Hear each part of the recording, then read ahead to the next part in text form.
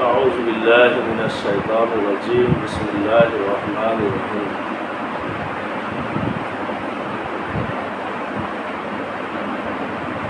من يأته عذاب يخزيه ويحل عليه عذاب مقيم কার উপর আসবে অপমানকর শাস্তি এবং কার উপর অপরূপ হবে স্থায়ী শাস্তি। إنا أنزلنا عليك الكتاب للناس بالحق নিশ্চয় আমরা তোমার প্রতি সত্য সহ কিতাব অবতীর্ণ করেছি মানুষের জন্য। ফামান ইহতাদা ফালিনাফসি, অতঃপর যে সঠিক পথ অবলম্বন করে সে তা করে নিজের কল্যাণের জন্য। ওয়ামান দাল্লা ফাইন্নামা ইয়াদিল্লু আলাইহা, আর যে বিপদগামী হয় সে বিপদগামী হয় নিজের ধ্বংসের জন্য। ওয়ামা আনতা আলাইহি বিওয়াকিল, আর তুমি তাদের তত্ত্বাবধায়ক নও।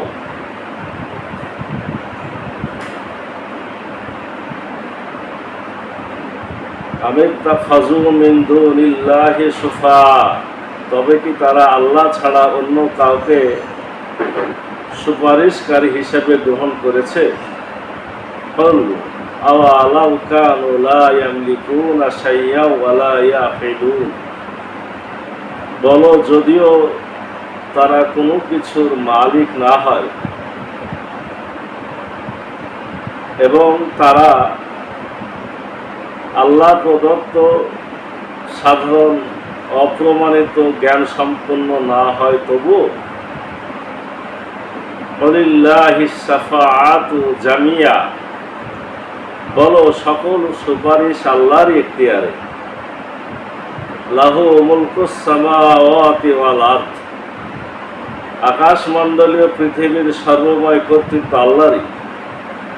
সুম্মা ইলাইহি তুরজাউন, অতঃপর তারই নিকট তোমাদের ফিরে যেতে হবে। ওয়াইজা যিকরাল্লাহু ওয়াহদাহু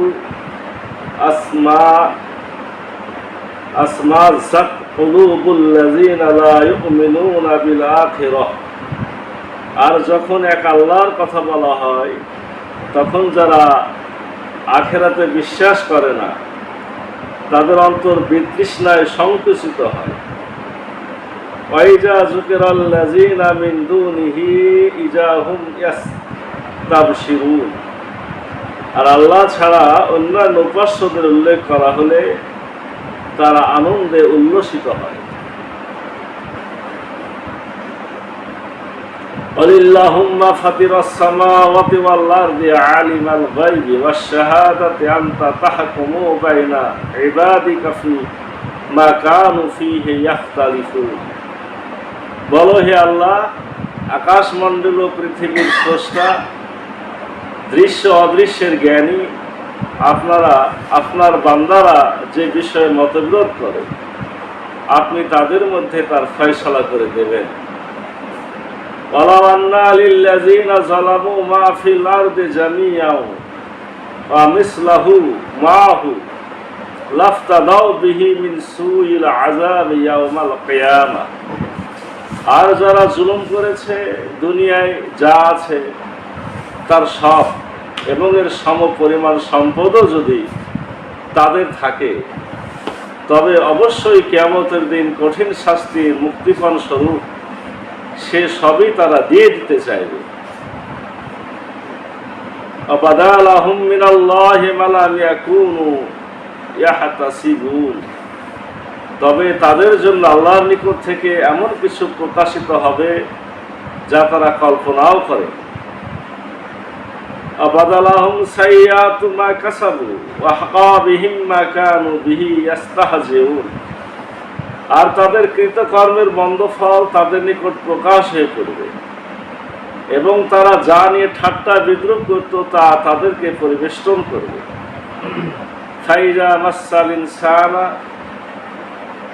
দুররুন দানা সুম্মা ইজা খাওয়ালনাহু নি'মাতাম মিন্না, মানুষকে যখন বিপদ আপদ স্পর্শ করে তখন সে আমাদেরকে ডাকে। অতঃপর যখন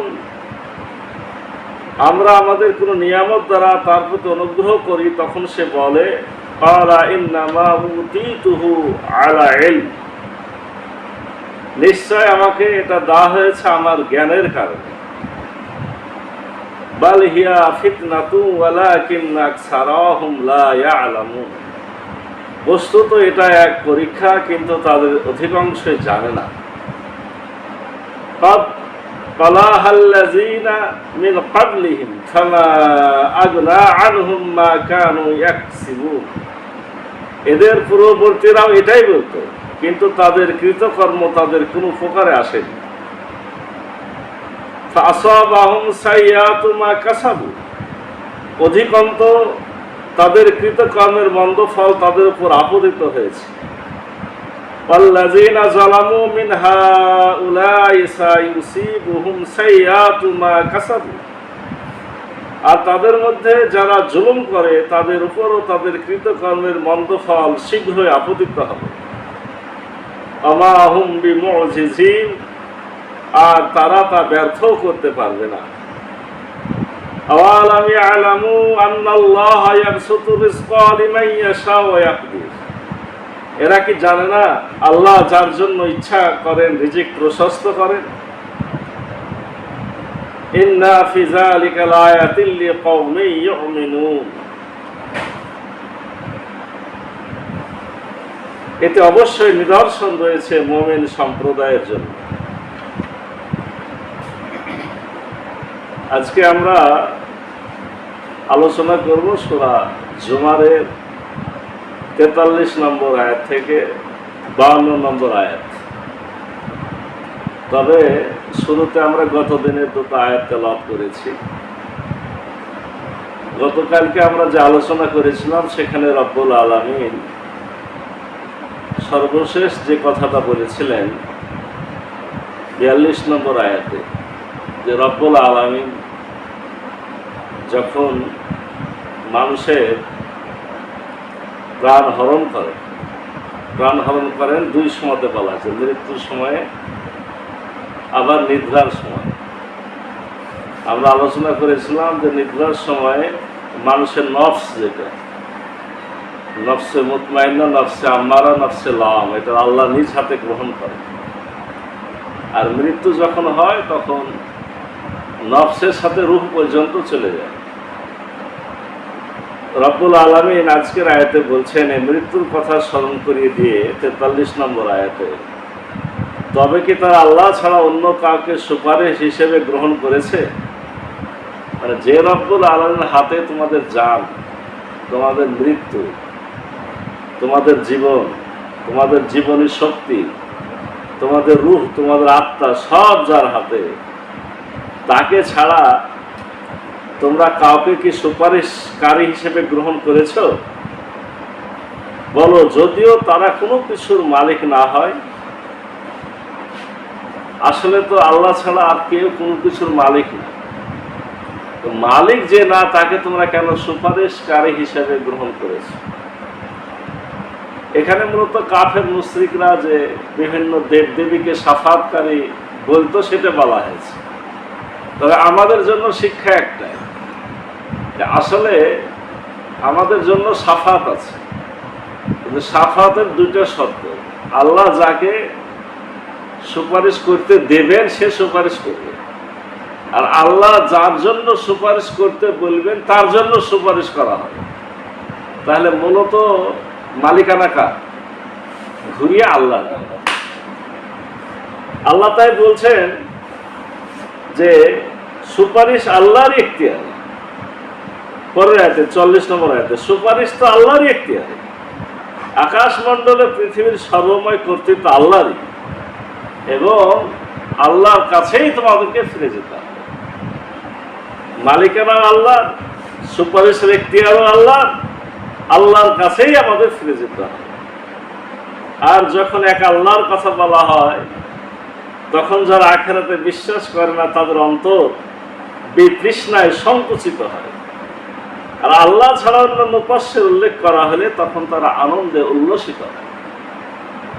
এটা যারা শির করে, পূজা করে, বিভিন্ন আহবার রহমানকে মানে, বিভিন্ন দেবদেবীকে মানে, যখন বলা হয় যে সব বাদ দিতে হবে, এক আল্লাহর দাসত্ব করতে হবে, তখন তাদের মনটা ছোট হয়ে যায়।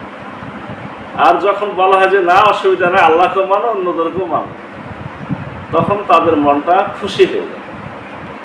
তাহলে বোঝা গেল যে আল্লাহ ছাড়া অন্যদের যারা পূজা অর্চনা করে তারা আসলে তাতেই শান্তি পায়, সুখ পায়, আনন্দ পায়, কিন্তু পরিণাম তাদের ভালো হবে না। জান্নাত পেতে হলে, আল্লাহর কাছে মাপ পেতে হলে, রব্বুল আলামিনের কাছে আপনার হিসাব জবাবদিহি সহজ করতে চাইলে শুধুই আল্লাহকে মেনে নিতে হবে। আল্লাহ পরে আয়াতে বলছেন, বলো হে আল্লাহ, আকাশমণ্ডল পৃথিবীর স্রষ্টা, দৃশ্য অদৃশ্যের জ্ঞানী, আপনার বান্দারা যে বিষয়ে মতবিরোধ করে আপনি তাদের মধ্যে তার ফয়সালা করে দেবেন। যারা আল্লাহ রসুল সহ যুগে যুগে যারাই ভালো কাজ করে, ভালো কাজ করতে গেলে যে বিপদ আপদে পড়ে, উল্টা পাল্টা কথা শুনে, তখন এটা সকলের দায়িত্বে কথাটা বলা। আল্লাহ শিক্ষা দিচ্ছে রসুলকে, রসুল বলে দেন তুমি এভাবে দোয়া করো যে হে আল্লাহ, আকাশমণ্ডল পৃথিবীর স্রষ্টা, দৃশ্য অদৃশ্যের জ্ঞানী, আপনার বান্দারা যে বিষয়ে মতবিরোধ করে আপনি তাদের মধ্যে তার ফয়সালা করে দেবেন। এখন যা বলছে বলো, কিন্তু ফয়সালা আল্লাহ আপনি করে দিন। আর যারা জুলুম করেছে, দুনিয়ায় যা আছে তার সব এবং এর সমপরিমাণ সম্পদও যদি তাদের থাকে, তবে অবশ্যই কিয়ামতের দিন কঠিন শাস্তির মুক্তিপণ স্বরূপ সে সবই দিতে চাইবে। জালেমের কাছে যদি দুনিয়া এবং দুনিয়ার মধ্যে যা আছে, কোনো জালেমের যদি সব তার হয়, এর থেকে যদি আরো বেশি থাকে, সেদিন শুধুমাত্র শাস্তি থেকে বাঁচার জন্য আল্লাহকে সব দিতে চাইবে। আসলে কি তার কাছে কিছু থাকবে? কিছুই তো থাকবে না। আল্লাহ এটা শাস্তি যেমন কঠিন হবে এটা বোঝানোর জন্য বলছেন, সব দিতে চাইবে শাস্তি থেকে বাঁচার জন্য। আল্লাহ বলছেন, তবে তাদের জন্য আল্লাহর নিকট থেকে এমন কিছু প্রকাশিত হবে যা তারা কল্পনাও করেনি। রব্বুল আলামিন সেদিন তাদের সব জাররা জাররা পরিমাণ নেকি, জাররা জাররা পরিমাণ জুলুম, জাররা জাররা পরিমাণ গুনাহ সব কিছু সেদিন প্রকাশ করে দিবেন।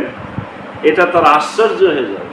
তারা বলবে, মালে হাজাল কিতাব লাই গদেরু সাগিরাতানা ওয়ালা কাবিরাতানা, এটি এমন একটা কিতাব, এর মধ্যে ছোট বিষয়টা বাদ যায়নি বা একটা বড় বিষয়ও বাদ যায়নি, কোনো কিছু বাদ যায়নি। সেদিন রব্বুল আলামিন সব প্রকাশ করে দিবেন, আর তাদের কৃতকর্মের মন্দ ফল তাদের নিকট প্রকাশ হয়ে পড়বে, এবং তারা যা নিয়ে ঠাট্টা বিদ্রুপ করত তা তাদেরকে পরিবেষ্টন করবে। তারা মক্কার কাফের মুশরিকরা অনেক কিছু নিয়ে ঠাট্টা বিদ্রুপ করত। যেমন যখন বলা হলো যে জাহান্নামে জাক্কুম ফল খেতে দেওয়া হবে, তখন আবু জেহেল নিজে দাসীকে বলছে, জাক্কুম নিয়ে আসো তো। জাক্কুম বলতে রাত্রে খেজুরকে ভিজে রেখেছে, সে খেজুরের পানি, মানে কোরআনের সাথে, কোরআনের বিধানের সাথে একটু মশকরা করা। কাফের মুশরিকরা এরকম অনেক কিছু ঠাট্টা বিদ্রুপ মশকরা করেছে। এখনো যা আল্লাহকে মানে না, ইসলামকে মানে না, তারা অনেক কিছু নিয়ে ঠাট্টা বিদ্রুপ করছে। রব্বুল আলামিন বলছেন যে সেদিন তাদের মন্দ কাজগুলো সব প্রকাশ হয়ে পড়বে, এবং যে সমস্ত বিষয় নিয়ে ঠাট্টা বিদ্রুপ করত তা তাদেরকে পরিবেষ্টন করবে। যে সমস্ত বিষয় মানত না, সেই শাস্তি, সেই জাক্কুম তাদেরকে সেদিন ভোগ করানো হবে। মানুষকে যখন বিপদ আপদ স্পর্শ করে তখন সে আমাদেরকে ডাকে। আল্লাহ বলছেন যে প্রত্যেকটা মানুষ যখন বিপদে পড়ে তখন আল্লাহকে ডাকে, আর যখন বিপদ থেকে উদ্ধার হয়, নিয়ামত পেয়ে যায়, তখন বলে এসব তো আমার জ্ঞান দিয়ে করেছি, আমার জ্ঞানের কারণে এগুলো আমরা পেয়েছি, মানে আমার বুদ্ধি, আমার জ্ঞান, আমার খাটনি, আমার পরিশ্রম থেকে এগুলা পেয়েছি। আল্লাহ বলছেন বস্তুত এটা এক পরীক্ষা, কিন্তু তাদের অধিকাংশই জানে না। বিপদে পড়লে চায় আমি দিয়ে দিই, কিন্তু যখন বিপদ চলে যায় তখন যে আমাকে মানে না, তা আমি শাস্তিও দিই না, সাথে সাথে শাস্তি দিই না, এটা তাদের জন্য পরীক্ষা, আমি ঢিল দিই। এরপরে পরিণাম যে খারাপ হবে এটা এখন জানছে না, তখন জানবে। এদের পূর্ববর্তীরাও এটাই বলতো, কিন্তু তাদের কৃতকর্ম তাদের কোনো উপকারে আসেনি। এটা সব সময়তে একই ঘটনা, আগের যুগেই ঘটনা ঘটেছে, এখনো ঘটছে, ভবিষ্যতেও ঘটবে। কিন্তু এর পরিণাম যে খারাপ যুগে যুগে হয়েছে, এটা যখন যার ঘটেছে সে জেনেছে, অন্য লোক আর বুঝে না। আল্লাহ বলছেন তাদের কৃতকর্মের মন্দ ফল তাদের উপর আপতিত হয়েছে, আর তাদের মধ্যে যারা জুলুম করে তাদের উপরও তাদের কৃতকর্মের মন্দ ফল শীঘ্রই আপতিত হবে, আর তারা তা ব্যর্থ করতে পারবে না।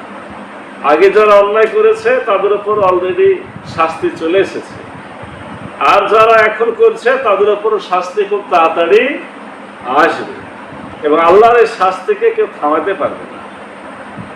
সর্বশেষ আয়াত যেটা আমরা পড়েছি, এরা কি জানে না আল্লাহ যার জন্য ইচ্ছা করেন রিজিক প্রশস্ত করেন, তিনি নিজে তৈরি করে রাখা বিধান অনুযায়ী এটা করেন। কিন্তু এরা কি জানে না যে আল্লাহর ইচ্ছায় অতাৎক্ষণিক কারো রিজিক প্রশস্ত হয়, এবং সেটি তৈরি করে রাখা আল্লাহর প্রাকৃতিক আইন অনুযায়ী। এটা অবশ্যই নিদর্শন রয়েছে মুমিন সম্প্রদায়ের জন্য। আল্লাহ বলছেন যে আমি যার ইচ্ছা রিজিক প্রশস্ত করি আমার একটা নির্ধারিত বিধান অনুযায়ী, এবং আমি সেটা দিয়ে থাকি। অর্থাৎ আমার ইচ্ছাতেই রিজিক বৃদ্ধি করা হয়, অর্থাৎ আমার নিয়ামত পেয়েই মানুষ সুখী হয়। কিন্তু কাফের মুশরিকরা এটা বুঝতে পারে না। আল্লাহ বলছেন এগুলোর মধ্যে অবশ্যই নিদর্শন রয়েছে মুমিন সম্প্রদায়ের জন্য। কিন্তু যারা মুমিন তারা এগুলো নিয়ে চিন্তা করে, এতে তাদের লাভ হয়, এতে তারা নিদর্শনগুলো পায়, আর কাফের মুশরিক বঞ্চিত হয়। কোরআনের আয়াত খুবই আপনার ওজনদার, মর্যাদাশীল আয়াত। আসলে আমরা শুনছি, আর শোনাটা আরো গভীর করতে হবে, কারণ যদি আমরা সত্যিকার অর্থে মনোযোগের সাথে বুঝি এবং এটা আমলের নিয়াত করি, তাহলে এর দ্বারা কিন্তু প্রতিদিনই ইমান বাড়ে। কারণ রব্বুল আলামিন সূরা আনফালের 4 নম্বর আয়াতে বলছেন, ইন্নামাল মুমিনুনা আল্লাযীনা ইযা যুকিরাল্লাহু ওয়াজিলাত কুলুবুহুম। ঈমানদার তারা আল্লাহর স্মরণে যাদের অন্তরটা কেঁপে ওঠে। ওয়াইজা তুলিয়াত আলাইহিম আয়াতুহু যাদাতুহুম ঈমানা। আর যখন তারা কোরআনের আয়াত শুনে বা পড়ে, তেলাওয়াত করে, তখন তাদের ঈমানটা বাড়তে থাকে। আমরা যে কজনই বসি শুনি, ঈমান বাড়ার নিয়তে যাতে বসি, আমলের নিয়তে যাতে শুনি। আল্লাহ আমাদের সে তৌফিক দান করুন সকলে।